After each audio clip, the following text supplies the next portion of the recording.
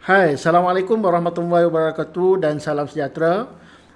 Anda bersama dengan saya, Cikgu Sani bin Ahmad, dan insyaAllah hari ini kita akan tengok satu tajuk di bawah tumbuh-tumbuhan, iaitu yang berkaitan dengan cara tumbuhan membiak dan juga kepentingan tumbuhan kepada kehidupan. So kita cover dua subtopik sekali lah, disebabkan subtopik tu agak kecil, tapi dia masih lagi di bawah tajuk tumbuh-tumbuhan lah.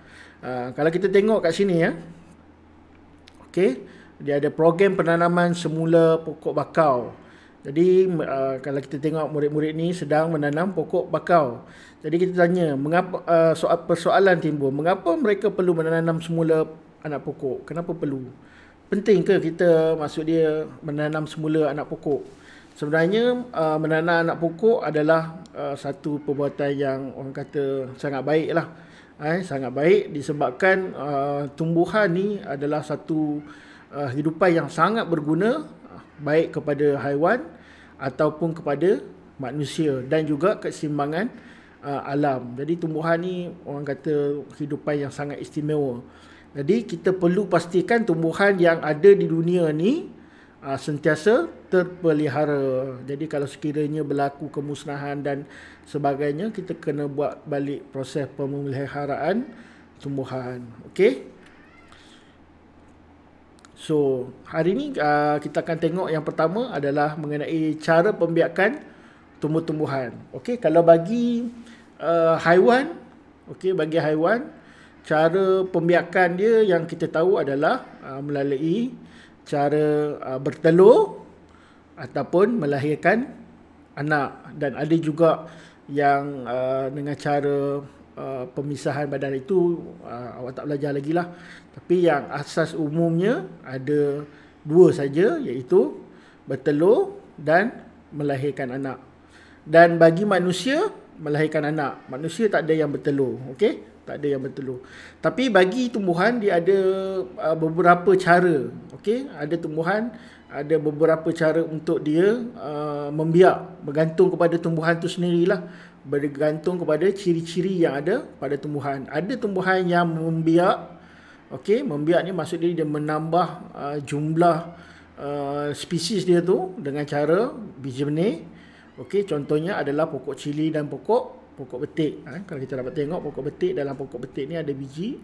So macam tu juga dengan pokok cili. Kalau kita belah cili, dalam tu kita akan dapati ada banyak biji. So biji ni adalah biji benih yang kita semai dan akan tumbuh pokok. Okey. Yang keduanya adalah anak pokok. Anak pokok ni maksud dia pokok yang tumbuh daripada sisi pokok yang besar tu, dia akan tumbuh pokok kecil, kemudian kita ambil, kita pisahkan dan kita besarkan dia. Antaranya pokok pisang. Selalu pokok pisang kita akan dapati di bahagian bawah tu dia ada anak pokok pisang. Okey, dan juga contoh pokok lain adalah pokok keladi. Pokok keladi pun ada anak pokok. Bila kita tanam satu pokok, nanti lama-lama kita akan dapati akan tumbuh di bawah-bawahnya pokok-pokok yang kecil. Itu adalah anak pokok yang tumbuh di sekeliling induk menjadi pokok baru. Baik, yang ketiga adalah batang bawah tanah. Batang bawah tanah. Batang bawah tanah ni maksud dia dia membiak dan bertambah ni dengan cara daripada ubi ataupun pokok biji yang daripada bawah tu, okey, dia menghasilkan pokok yang baru, okey. Batang bawah tanah iaitu bahagian pokok yang boleh menjadi pokok baru apabila ditanam dalam tanah. Okey, contohnya yang paling ketara sekali adalah pokok ubi kentang tu. Okey, kalau kita tanam dalam tanah, nanti dia akan keluar banyak anak pokok yang lain. Jadi itu kaedah dia. Dan juga bawang. Sebab tu kalau bawang kalau kita letakkan dalam air, nanti dia akan keluar akar. So daripada situ dia akan naik pokok baru. Okey, kalau kita letak dalam tanah, nanti akan dia naik pokok barulah. Okey. Yang seterusnya, yang ketiga adalah paku pakis.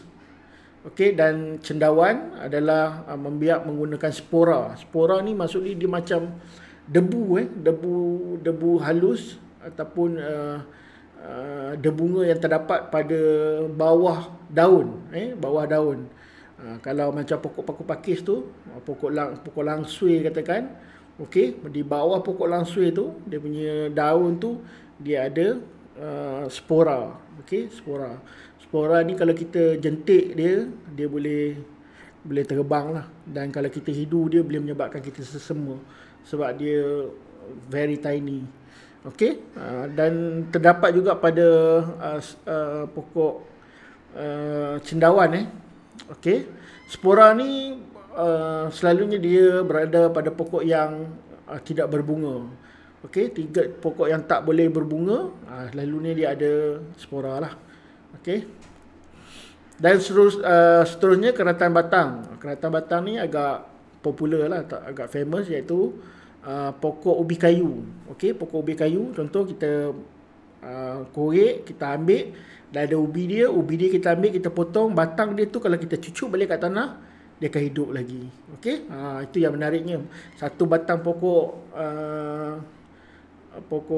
ubi kayu, kita potong 2-3 batang, kita cucuk, nanti dia akan naik pokok baru. Sebab tu zaman dulu, zaman Jepun dulu, zaman komunis dulu, orang kita banyak makan ubi kayu. Antara salah satu sebabnya memanglah tak ada makan. Yang keduanya disebabkan pokok ubi kayu ni dia cepat untuk membiak lah. Mudah, kaedah dia mudah untuk membiak. Dan hasil dia tu, sekali kalau hasil tu ubi kayunya memang banyak. Tambahan pula ubi kayu ni dia punya kegunaan dia banyak lah. Boleh buat tepung, boleh buat makanan dan sebagainya, buat keripik kan. Yang seterusnya adalah pokok bunga kertas. Pokok bunga kertas ni pun jenis keratan batang juga. Kita kepak dia dan kita cucuk kat tanah, dia boleh hidup. Dan yang terakhir adalah daun. Okey, daun ni selalu yang famous adalah pokok setawa. Okey, ni pokok setawa. Pokok setawa ni kalau kita petik dia, okey, kita petik, kita letak atas tanah, nanti daripada atas daun tu akan tumbuh dia punya, kita panggil macam anak-anak pokok di sekeliling daun ni. Kalau kita dapat tengok kat sini kan, dia akan tumbuh anak-anak pokok. Okey, ni induk dia akan tumbuh atas ni. Pokok-pokok yang baru bila dah besar kita boleh petik dan semai lagi. Okey. Dan ni pokok lidah jin. Pokok lidah jin sekarang tengah famous. Tengah famous lah. Harga dulu dalam lebih kurang RM80 sepokok, sekarang dah mencecah RM200 ke RM300 sepokok disebabkan viral. Sebenarnya benda ni orang dah lama tahu kan, yang kebolehan dia untuk menapis bahan toksik. Sebenarnya dia sesuai buat tanaman dalam rumah. Kita letak dalam rumah, dia dapat tapis udara-udara yang tak bagus, habuk dan sebagainya, dia dapat tapis dan menghasilkan udara yang baik. Tapi zaman dulu tak viral, sekarang ada zaman viral, menyebabkan harga dia melambung lah. Okey, baik. So, quiz. Sila jawab soalan berikut. Okey, berikan 3 contoh tumbuhan yang membiak secara biji benih, anak pokok, batang bawah tanah, spora, keratan batang dan daun.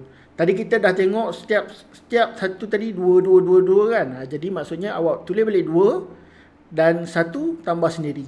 Cari sendiri, cari tambahan, tanya mak ke, ayah ke, nenek ke, atuk ke, mesti tahu. Mesti dia orang tahu, tanya.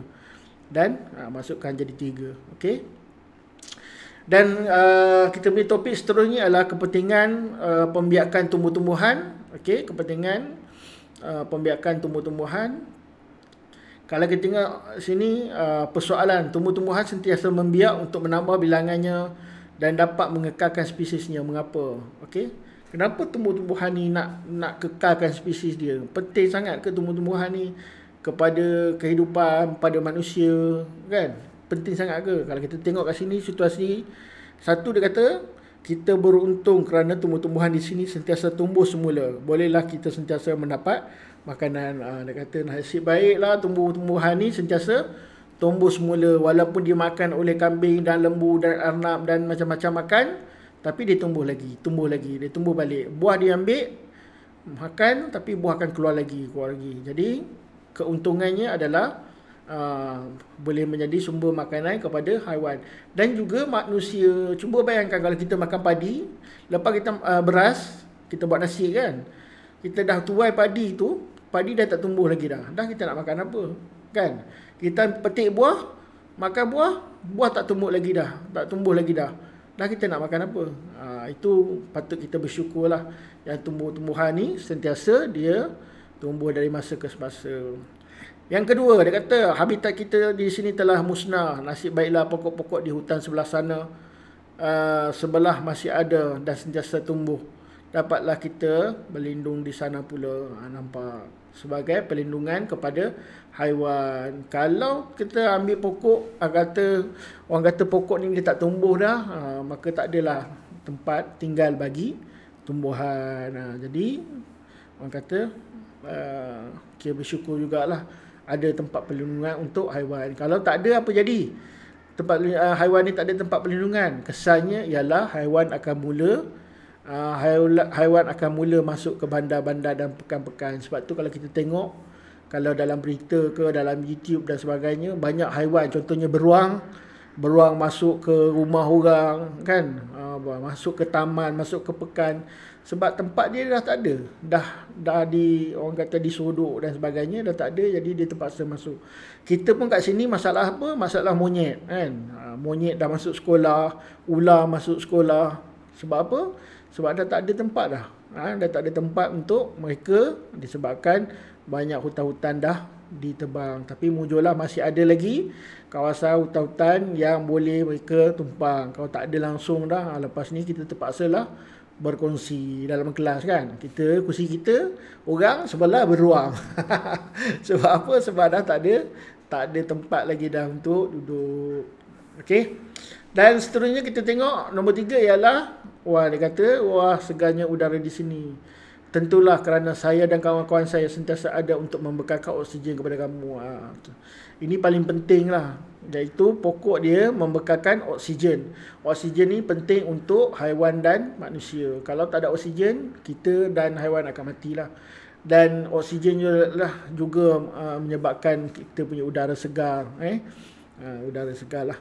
Dan yang terakhir, yang keempat, kami diperbuat daripada kayu. Mujurlah pokok-pokok di hutan masih membiak untuk membekalkan sumber kayu.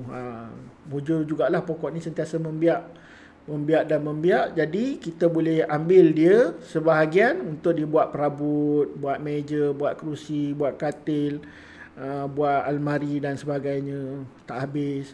Kalau katakan habis, dia tak membiak, kita ambil, dah tak ada lagi pokok untuk kita. Okey?